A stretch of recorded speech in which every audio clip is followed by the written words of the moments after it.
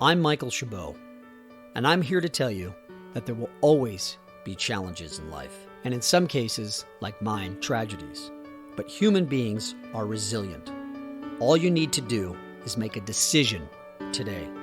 Follow me on this journey to hope, and together we will live, we will learn, and we will grow. And hopefully, we will find some hope in every day. Welcome to my journey to hope. Hey guys, welcome to another episode of my journey to hope. You know, it's interesting because my last few episodes, and including today, is a positive message. It's about life lessons and I think tools to help you, live a better life. But as I start this, it's interesting because I think sometimes I forget that this is about my journey.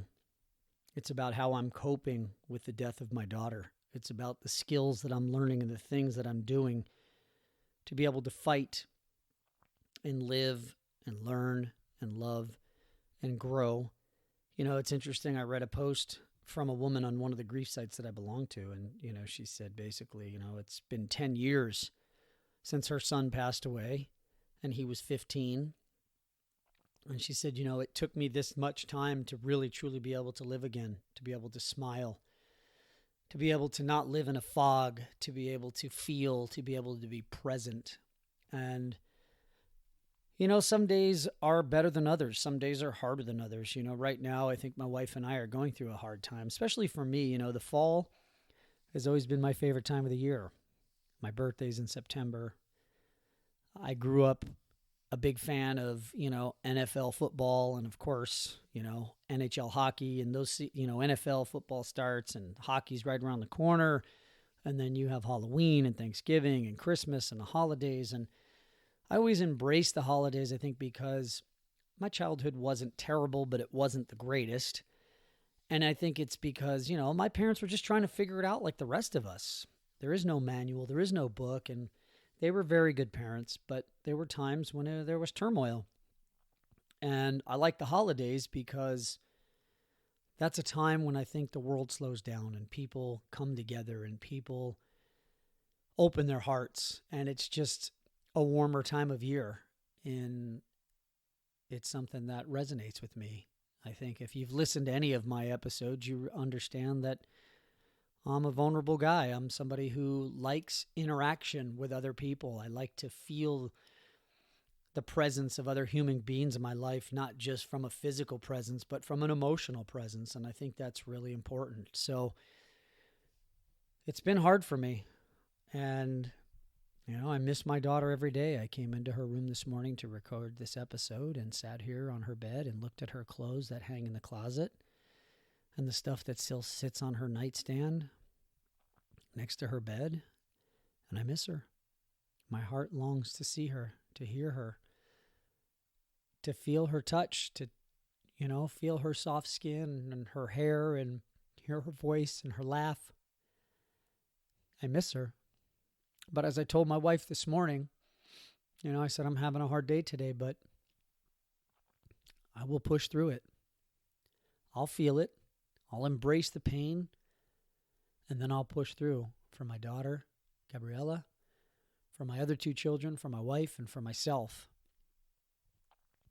because that's what I choose to do.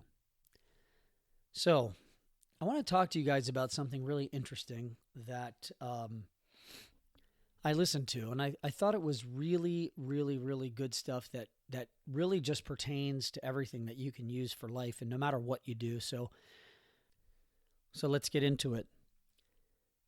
The gentleman that gave this course, it's really about how to apply this into your business, but I think it really, as I said, can apply to anything in life. And so he called them the 4 lifelines. And the first one is adapt and change. And he talks about embracing change and running towards it instead of away from it. And let's pause here and talk about it. Most of us don't like change. Change is uncomfortable. Change can be scary, right? It's fear of the unknown. We're creatures of habit. As I've talked in previous episodes, our brains are meant to protect us. Don't get out of bed. It's warm in here. Don't do that. You could get hurt. Don't do that, right? Our brain is number one function is to protect us, to keep us alive. That's what it does. And so change can be very difficult. Change is difficult. It is scary, but you got to run towards it. It's about building that muscle, right? Anything in life, it's about building that muscle. And, you know, he talked about the discomfort of it and people who live in a state of discomfort. And it just reminds me of what Ed Milet talks about, which is he likes to live in dissatisfied bliss. And what means is that he takes moments and he enjoys those moments of when he accomplishes something, and then he goes right back at it and says, okay, now how can I improve? How can I be a better version of myself? And again, if you haven't listened to the episode where I talked about it, he says that he believes that his creator, and he believes in God, has created the perfect version of himself, and that person is awaiting him in heaven, and that his goal and his mission here on earth is to do his best to become the best version of that perfect self waiting for him in heaven. And so if that's truly the case, you can't become complacent. You can't become satisfied. You have to always continue to challenge yourself. And what does that mean? It means you have to embrace change. It means you have to look at, what do you dream about? What do you want to do? Yeah, you have to change. It's hard. It's difficult. Look, I was thrust into the most difficult change I think there can be, which is the death of a child. For you, it may be job change. It may be a divorce. Those changes are hard, but you can get through them. You have to make a choice. Every day you make a choice to get up and fight like I did today. That's the difference. Change isn't easy. It takes work. But I know you can do the work. Do it with me. Walk in line with me. Make some changes in your life. Maybe it's in your career. Maybe you're unhappy. Maybe you've always dreamt of running your own business or being a teacher or whatever it might be, starting that online business on the side, but you're afraid. Do some research, gain the knowledge, make a change. Do it today. Take steps. Every step becomes easier. One step at a time. My therapist and I did some visualization probably about a month ago, and where we physically did it, we did some breathing techniques, and then we got up and we actually took steps in the room as we talked through things. And it was amazing because we visualized taking those little steps and talking it out and walking through it. And really, that's where the fear comes from, right? Fear of unknown. What if I fail? I always say this. If you're at the end of your life and you're sitting there, yeah, so maybe you had some failures, but at least you can say you tried. Don't you think you'll have regrets when your day comes to be called home to your maker?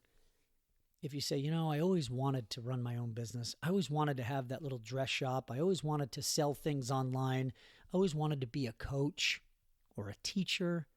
I wanted to give back, but I was afraid. I was afraid of the change and the fear of the unknown.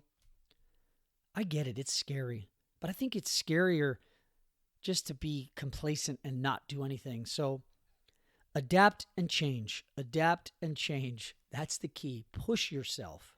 Push yourself. Run towards the change. Don't run away from it. That's lifeline number one. This one is interesting because I think we all have heard this before, but I think that it can be different. So he talks about true authenticity, right? Make every interaction count. Be truly authentic, and true presence, meaning be really and truly present in every interaction you have with other people, whether it's at work.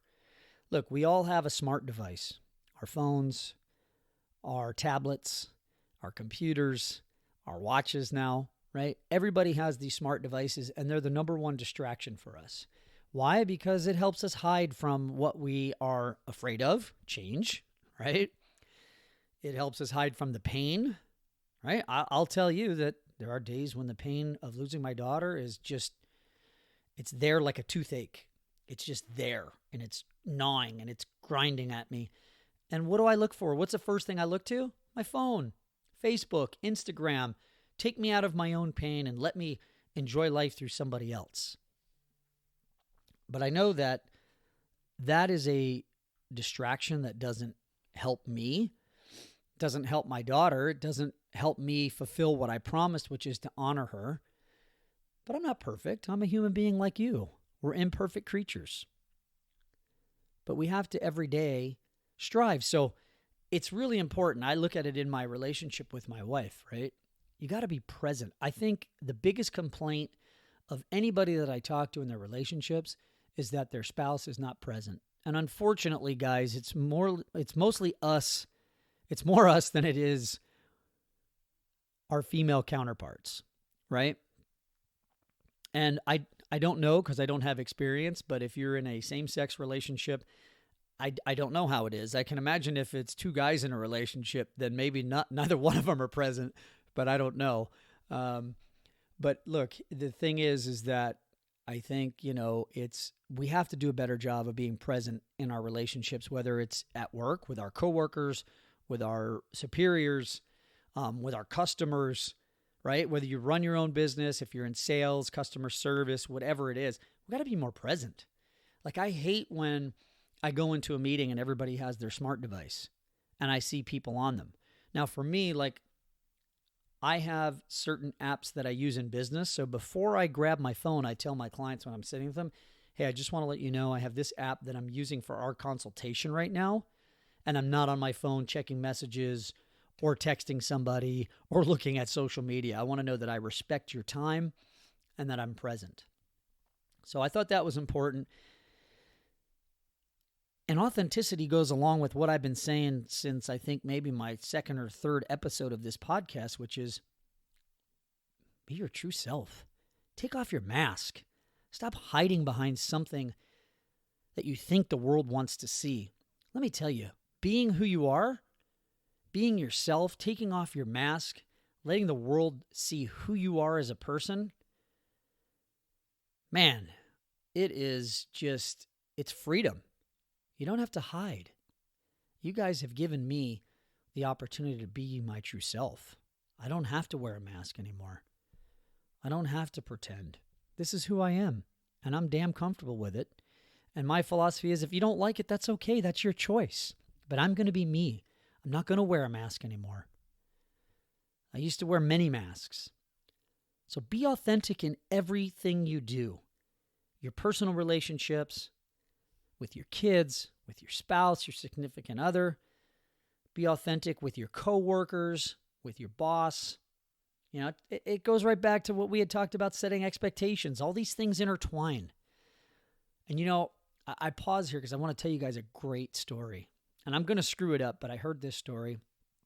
Guy he was talking about people and relationships and how we all need to lean on each other. And I've talked about that before. And he talks about the redwoods up in Northern California. And they're massive and they're amazing and they're beautiful. And he said, look, the secret of the redwoods is really interesting. He said, look, they're on sandy soil. They're on hill slopes. They've survived windstorms and rainstorms and earthquakes and fires. And I'm listening to it and he says, and do you want to know the secret? And I'm thinking, well, maybe it's like some of these, vines, these wine vines that the roots go really deep into the soil and they pull minerals out of the earth. That's what I'm thinking he's going to say. And he says, no, the roots spread out and intertwine with each other and they hold one another up. And I got chills, when he said that, because I thought that's what we need to do. We need to do more of that as a society. We need to hold each other up. Our roots need to spread out and intertwine and hold one another up. We're so concerned with protecting everything we've got and what can I get, like I've talked about in the past. Think about that for a minute. Spread out your roots. Intertwine with others. Hold them up when they need you. Because I guarantee you, if you do that, when you need them, they'll hold you up. I had to share that story because it really just resonated with me and my message and my journey. Because I wouldn't be here if I didn't have my roots spread out to some of the people that are in my life who I love and who love me back, because they've held me up. They've supported me. Some days they just listen, and I know it's hard for them. Because let me tell you, when you're a parent and you hear of somebody you know who lost a child, whose child died, just let that sink in for a minute. Their child died. It scares the living shit out of you, because as a parent, our biggest fear is something happening to our children. They're our number one priority. We protect them with all our might. So back to what I was saying, just think about that. Spread out your roots. Let them intertwine. Hold others up, because they will hold you up too. All right. So the third lifeline that he talked about is to master value. And again, I think that all of these things can relate to anything in life, right? I coach ice hockey to 13 and 14-year-old kids. Well, you bet your ass I need to master value. First of all, their parents pay a lot of money for them to play travel hockey, and they invest a lot of time and energy to traveling all over Southern California and for tournaments out of state. And the investment over a travel hockey season could easily be $10,000. So as the head coach, I better master value. I better be providing them value on the ice as their coach, off the ice as a mentor, helping them grow as young men, developing skills that they can apply to their life so that they in turn can bring value to others. In my business, I better bring value or else people aren't going to pay me. In my relationships with my wife and my kids, I better bring value there. If I don't, what's going to happen? Let's think about it. If you don't bring value to your relationship with your spouse or significant other, eventually they're probably going to find somebody else who does. And then you're going to be all alone.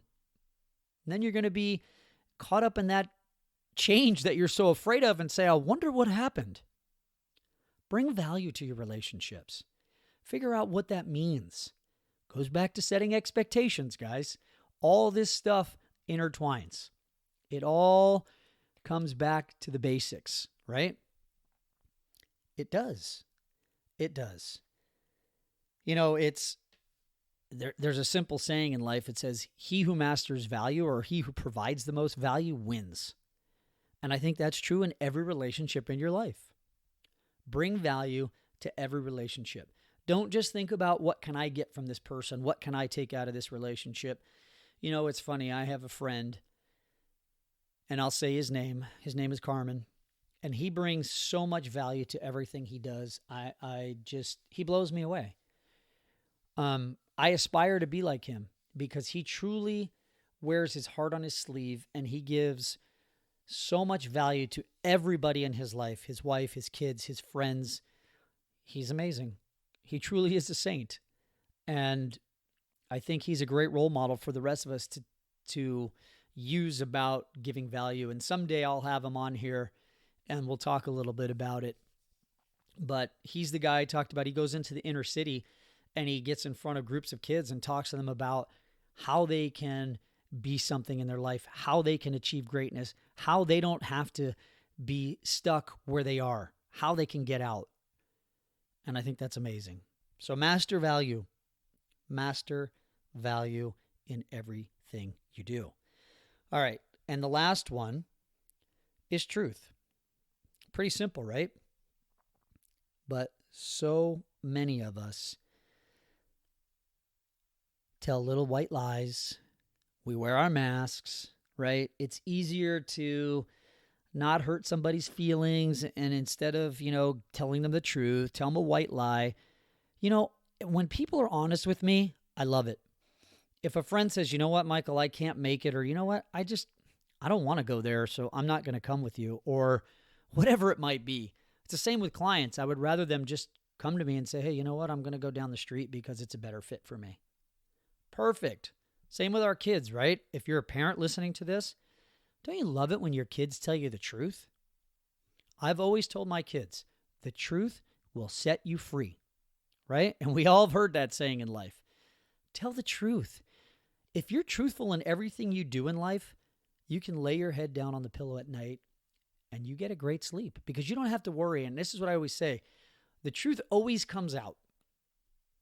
I tell my clients this in the initial consultations with them. I say, look, because I'm in finance, and I say, look, just let's sit down, let's open everything up and be honest with me because it's going to come out in the end. And I'd rather you be honest and truthful so we can address whatever issues we have right now.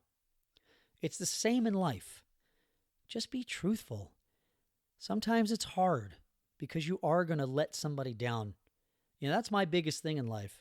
My buddy Daryl and I talk about it all the time. He has the same issue that I do. We don't like to let people down. It hurts. We don't like to disappoint others. But you know what? Sometimes in life you are going to disappoint people. It's a reality. You can't help everyone. You can't fix everything. Look at me. I let my daughter down. I feel like I let my family down. I can't fix what happened. And that's part of my journey, is working through that, right? That's part of it. And the reality is that this platform, this podcast has given me the opportunity to tell my truth. And let me tell you, by telling my truth, I have found some peace. Yes, I still have very difficult days. Yes, I still cry all the time because I miss my daughter so much that my heart and my soul scream out to the universe. But every day is a journey. Every day is a step forward. Be truthful. Be honest with your spouse, with your children, with your boss, with your coworkers. It doesn't mean you have to share every aspect of your life like I do here on this podcast. Just be truthful. If somebody invites you to a party and you don't want to go, just say, you know what, I really appreciate the invitation, but I don't want to go. They'll respect you more for it instead of lying to them. What happens if they find out you lied? Well, then, first of all, you look like a jackass. And second of all, then you've really disappointed them because you're a liar. Nobody likes to be lied to. Again, I would rather have somebody be brutally honest with me because maybe I need to reflect and see what's going on with me. Maybe the challenge and the issue is with me. The gentleman talked about what I listened to, and which really resonated with me is the universe is screaming for truth. Isn't that the truth, though? Right? The universe is screaming for the truth. Don't we want the truth from our politicians, from our teachers, from our parents, from our children, from our spouses, from our financial planners, from our mechanics, right? The air conditioning repairman. We want the truth. It reminds me of, I'm going to go back to Rocky. It reminds me of a scene in Rocky 3 when Adrian and Rocky are on the beach and they're arguing because she's like, I don't know what you're doing. What's the truth, damn it? And he says, fine, you want to hear me say it? You want to break me down? I'm afraid. For the first time in my life, I'm afraid. And she says, so what? You're human, aren't you? I think that's why sometimes we don't face the truth because we're afraid. Push through it. Embrace it. Run to it. The truth will set you free. That's it for today. I love you guys. Thank you for listening. Spread out your roots. Let them intertwine with others. Hold people up. They'll hold you up. Thank you for holding me up. Thank you for supporting me. And to my sweet baby girl, Gabriella, Papa loves you so, so much.